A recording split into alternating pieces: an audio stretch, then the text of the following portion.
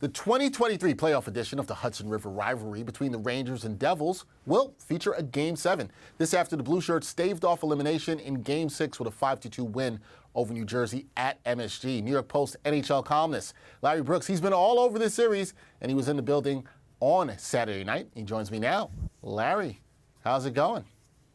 I'm doing well, Dexter. How are you? I'm doing good. You were a part of a pretty raucous MSG crowd last night. You saw the intensity in Game 6, and we'll talk about that. Now, prior to Game 6, you told me the Rangers needed to show some more life if they were going to stay alive in this series. They had an offensive explosion, scoring 5 goals, and they've scored 5 goals in each victory that they've had in this series. What went right for New York in Game 6? They were on their toes all night. They initiated. They brought the game to New Jersey. They were very physical. They were fast.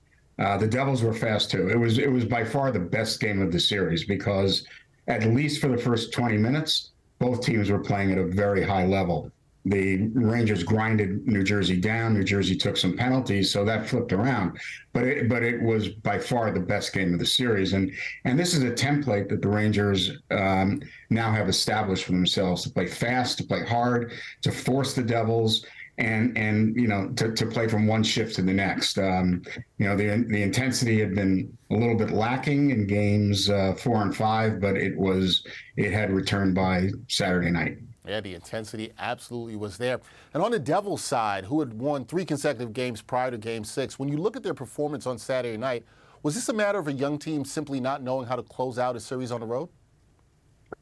It could be because they took some bad penalties, which is going to destroy any team. And when you're a younger team, sometimes it gets in your head. The Rangers took the game away from New Jersey, but I'll tell you, there was no fear in New Jersey the first 18, 20 minutes of the game. They broke out of their own end. They tested Igor Shesterkin, who is at the top of his game, and that's an advantage the Rangers have going into Game 7. They have the Igor Shesterkin Ranger fans fell in love with last year. Ranger fans now can count on. The team can count on. So Shesterkin was a major player in the first period, and then the Rangers got rolling. Their big guns got rolling. The power play got rolling, and again, one line after another in the Devils' faces, forcing them early, forcing them all over the ice. That's the way you have to play against a team that is as talented as New Jersey. All right, Larry, lastly, here we go. It's do or die, win or go home, whatever you want to call it. Game 7 at the Rock on Monday night. Before this series, you picked the Rangers in 7. Are you sticking with your pick? And when the final horn sounds on Monday, which team will win the series? Yeah, I like the Rangers to win this game. Again, I think Shesterkin gives them an edge. I'm not sure whether their experience necessarily gives them an edge over an inexperienced team, but I know it fills them with a lot of confidence. They have done this a lot now. They have staved off elimination.